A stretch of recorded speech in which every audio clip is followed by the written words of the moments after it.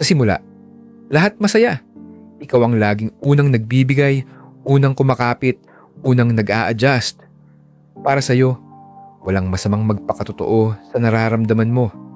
Kaya ibinuhos mo lahat oras, effort, pagmamahal kahit wala pang kasiguraduhan.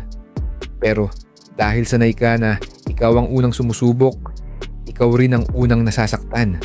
Kasi hindi lahat ng tao marunong bumalik ng ganung klaseng pagmamahal.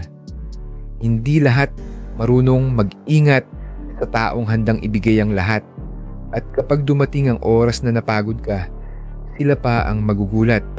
Sila pa ang magtatanong kung bakit ka biglang lumayo. Kahit matagal mo na silang pinipiling manatili. Ang totoo, hindi mo kasalanan na magmahal ng sobra. Ang mali lang ay binigay mo ito sa taong hindi pa sigurado kung gusto ka bang hawakan o bitawan. Kaya siguro, lagi kang nauuna sa simula, pero sa huli, ikaw rin ang unang naiwan.